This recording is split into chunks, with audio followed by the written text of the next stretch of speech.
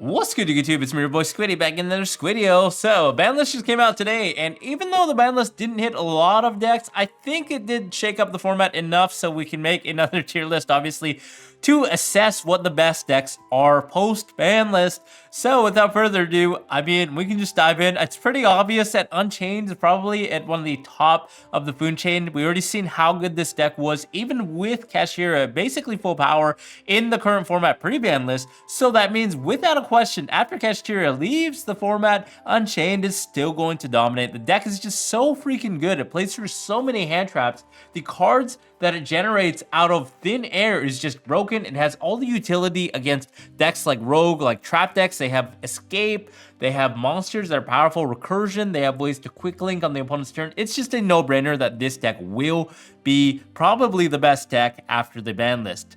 Next is Purely. Without a question, this deck is still going to be S tier here. It's just so freaking consistent. No hits to this deck on the ban list. I'm honestly very surprised, but I guess they just wanted our Purely brethren to be able to experience the deck for a little longer, given what they did on the previous ban list where they jumped to hit the deck, and a lot of the Purelys were quite sad about that. But with the release of Purely Noir, they do want us to play this deck a little longer, so it seems like Purely will definitely be one of the best decks. Unfortunately, their best matchup, KASHTIRA, has left the format, but that doesn't mean the deck can't adapt and still be good against Unchained now that they can shift their focus completely towards Unchained for the most part.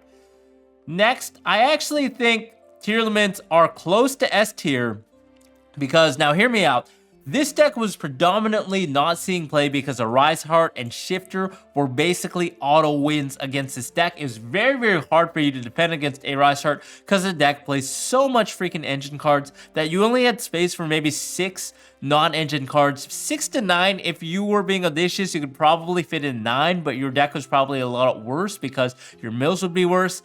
But that still meant you had to hard draw the out to Rise Heart, which was often harder said than done. So between that and Shifter, the deck was previously not very great, but I think the deck has explosive potential now that we have 3 Fenrir, 3 Field Spell for Wraithos as well, and just not a lot of bad matchups. The deck has a very good matchup against the Unchained deck as well, because you can play through a lot of the things. You don't really care about stuff getting destructed as well.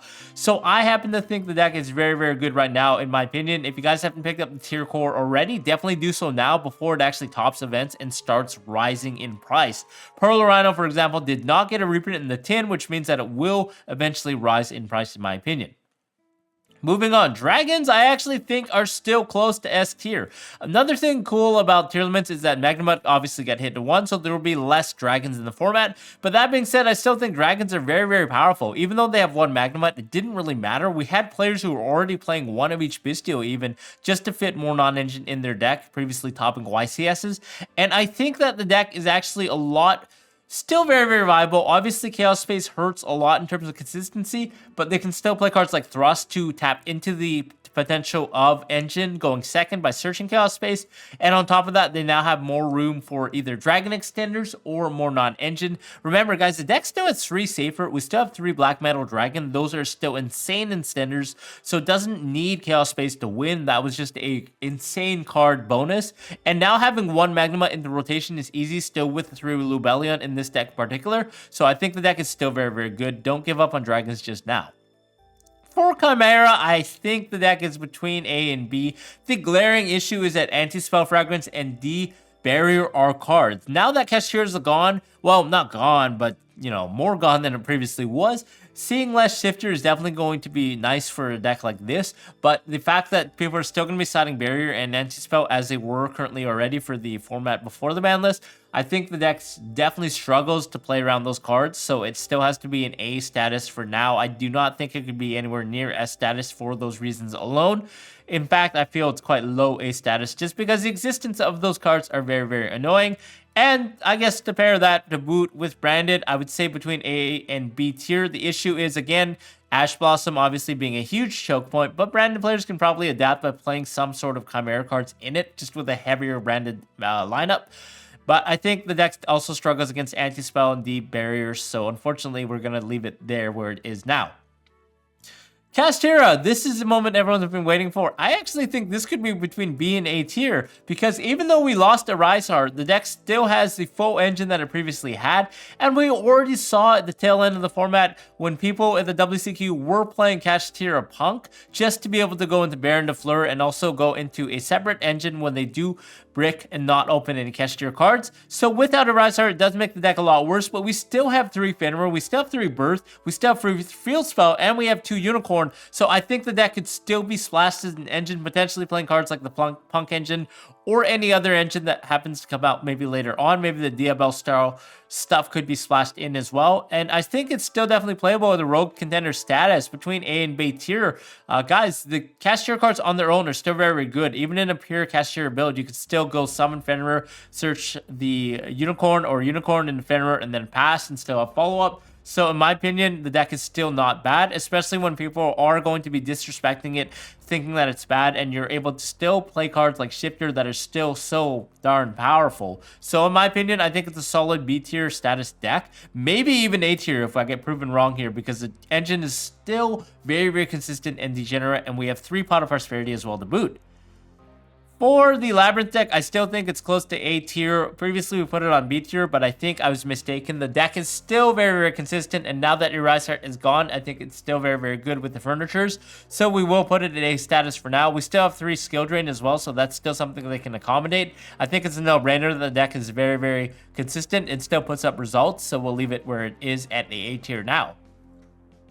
For other decks like the FURHIRE Sprite stuff, I want to say it's actually potentially close between B and A tier, and we'll put it in A tier for the sheer fact that A Rise Heart has seen the can, so we don't really care about getting rid of a Rise Heart. Previously, A Rise Heart Pass with an Infinitrack beneath it was sometimes enough to just win the game on the spot, banishing all the RUNICK cards. In fact, I'm surprised they didn't hit the RUNICK engine. That is another thing that I think people will start buying out, because they realize that the RUNICK engine is still at full power. So now that you don't have to waste 2 cards to deal with an Infinitrack powered up a Rise Heart, I think the deck is still very, very high status, and we didn't see any other Sprite hits as well. So I still think the deck is very, very good. That being said, Sprite variants I think are still between A and B as well. Maybe a little worse than FURHIRE, but the deck itself is still very good with the Live Twins or with RUNICKs. We also saw like players like Dinkan Fem play Go second Sprite with a bunch of board breakers, so this is still something that's potentially viable, or just with hand traps for that matter. And now that we don't have to deal with the Rise Heart, I think the deck is a lot better now, because yeah, that card was just super annoying for basically every deck in the format was centered around playing around a Rise Heart. So now that a Rise Heart is gone, this is a good thing.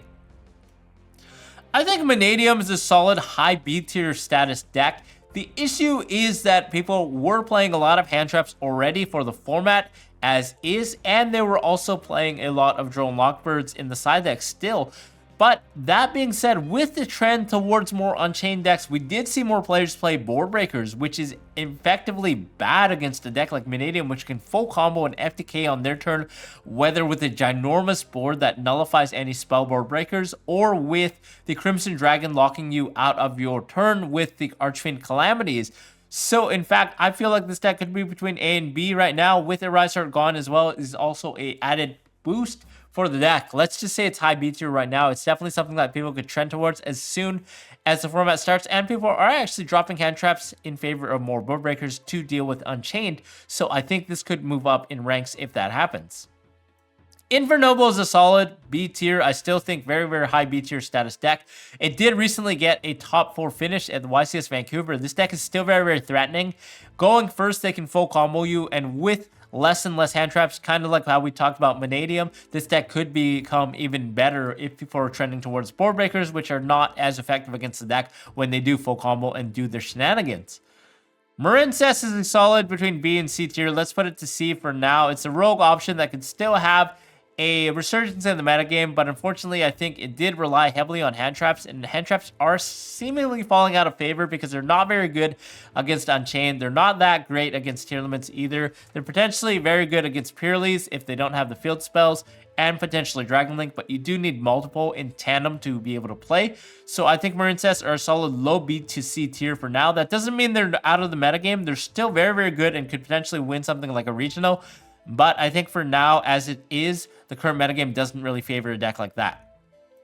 I think Rikka is a high A tier right now because Arise Heart is gone. This deck did rely on the graveyard as well. Something innocuous as in Arise Heart Pass was detrimental to the deck. So now that Arise Heart is completely nuked out of the format, I can't believe I'm still saying this, but this deck will be very, very good, especially now that people are playing more board breakers, and this deck does have a plethora of other options besides monsters. They have the ability to set Rikka Flurries and use that in tandem with cards in their graveyard as well, so they don't really care about board breakers specifically. You do have to have a combination of board wipes to be able to deal with that deck effectively. EXOSISTER, I think, is a solid low B to C tier. Let's put it to C for now. The deck, again, does have legs, and it could definitely be viable, especially with all these decks that are taking advantage of the graveyard with the gone of Arise Heart. And also with Shifter still at 3, this is one of the only decks that can actually main deck Shifter. So it could be between B and C tier. We'll put it C to now. I think it's still good enough to win an event for sure, but I think that the deck did get a little bit power crept by the current metagame in Duelist Nexus, and decks like Unchained, I think, are still very, very good against this deck because cards like Martha are not resolving against the DDT High King Caesar. Synchron, I don't even think this should be on the tier list anymore, but without a question, it's probably like beneath C tier, maybe even D tier. The deck is just very, very weak to a lot of things that were previously in the metagame. But again, if people are playing less hand traps, maybe this deck could move up and surprise someone at a regional. Board breakers don't really affect the deck that effectively FTKs you, so something to think about. Sky Striker, I can't believe Engage is still at 2. We would have liked to see it go for free for once, but I think Konami are holding off for now. But we will put this deck in the C tier. Unfortunately, it's just not that great against the power creep of Yugioh and any other deck that can effectively play through whatever Sky Striker happens to have. So unfortunately, we will put it at C tier for now. Dark World, I think, is between C and B tier. Honestly, this deck, I think, has a lot of legs as long as people are not playing Droll Knockbird. Now that their most hated enemy as well, in the form of Rise Heart, is gone, this deck could potentially see a resurgence and do some damage in the metagame, but I think it's unlikely because people generally don't like playing solitaire-like strategies, and any Droll Knockbird is very, very crucial and detrimental to this deck's success. So if people are going to be side-decking Droll again, I think Dark World could struggle, but having Magnamut down to 1 definitely helps the deck as well because they are a dark deck. Rescue is, I want to say, a high B to A tier. We'll put it at B tier for now just because I don't think it's as effective as topping events right now, but the deck is still very, very good. And post Agov, we actually do get the powerful Diabel style cards, which can special summon out a Rescue Ace Hydrant for free from the deck. So I think this card is still going to be very, very powerful after that set comes out. But for now, in my personal opinion, where it stands is a high B tier for the momento. With Salamangreat Gazelle coming back to 3, we could actually place the deck to high B tier to Ace tier status. I think for now, it's probably between B as a very, very high tier because Gazelle doesn't really change anything for the deck. The deck is still hyper consistent with 3 circles as is, as well as 3 Salamangreat of Fire. So I don't think the deck really changes any more than it already is, but we might see it top more events like regionals because people will be wanting to pick up their pet deck now that Gazelle has finally come back to 3. So with more people playing the deck, I think it could see a potential low A tier status in terms of topping statistics. FLOOWANDEREEZE is probably a low A tier deck. Honestly, it was previously B tier, but I think the deck does have a lot of good matchups. For example, against Unchained, unless the Unchained player is very, very seasoned and has a way to make the DDD King to negate, well, not the King, but the DDD other one, the overlay, the one that you overlay on top of the rank 3 or the rank 7 Vice King. That one can suck up the FLOOWANDEREEZE monsters, so having the option to suck up their tribute fodder is very, very powerful. I think the FLOOWANDEREEZE, however, is still very, very good against a lot of decks in the matchup, and with less people playing Impermanence and Effect Veiler and Droll Knockbird and an Ash, the deck definitely becomes a lot better. It doesn't really care about board breakers, especially when it diversifies and is able to play powerful cards like Shifter and Feather Storm. Gold Pride Punk is probably a high C tier still. No one's really playing the deck anymore, so maybe it's like a mid C tier. I think the deck is still decently capable, but maybe we can now combine it with KASHTIRA cards just to play the Punk engine and phase out the Gold Pride, but we'll see what happens there. I think Vanquish Soul is probably a B tier deck. You can still play powerful Floodgates like there can be only one. The deck still does what it previously did. It's very, very hyper consistent. And now you can play the Super Heavy Samurai cards as well in tandem to be able to go into King Dempsey to search out your Raisin very easily, because the deck does require Raisin to function at any basic level. You definitely need Raisin access in order to start digging through your core and having the deck's engine online. But we will put it at B tier for now because I don't think it's as oppressive as any of the A tier decks, but it's still powerful enough to definitely take an event by storm and still do pretty well, all things considered. SWORDSOUL is probably between a C and a B tier status. Honestly, the only redeeming thing is that they can still side 3 anti-spell going first with a Baron, which is very, very powerful. Unfortunately, people were trending towards Nibiru to hate on Unchained, so that definitely does hurt the tier in terms of tier listing for SWORDSOUL a lot, because when you do get nibbed on the Longyeon token as a 5th summon, that does really, really hurt, and it's probably just game. Heroes are probably a C tier, but the thing is, now that with Arise Heart gone, we do need another Arise Heart Pretender, and Dark Claw kind of fits that bill. So maybe hero players will try and rise up and just summon out the Dark Claw, so the format might not see it coming, and they can't really deal with it. But I mean, if everyone was already seasoned with dealing with Arise Heart, then one mini Arise Heart with 2400 attack probably isn't the end of the world. And last but not least, I will say that I think Altergeist is a solid B to C tier. The deck is still decently capable with the new cards that it's previously got, and I was actually surprised. I played my buddy Abel in the Y6 Vancouver, and the deck actually does do a lot more than you would imagine it does. But I think the deck definitely does need to adapt a little more to the metagame in order to deal with decks like Unchained, which are very, very powerful with cards that already pop Floodgates, Escape of the Unchained. So they don't really care about the traps that Altergeist sets, and they can deal with the monsters quite easily with things like the DDD High King Caesar. So we'll leave it at C tier for now. Now, guys, do you agree with this or do you disagree? Are there any decks that we missed, or are there any sleeper decks that you think will be absolutely insane in this format? Definitely let me know, because we are curious to see what happens now with KASHTIRA Nuked. Let us know in the comments below. We'll see you in the next video. Thanks for checking out this video. Bye-bye.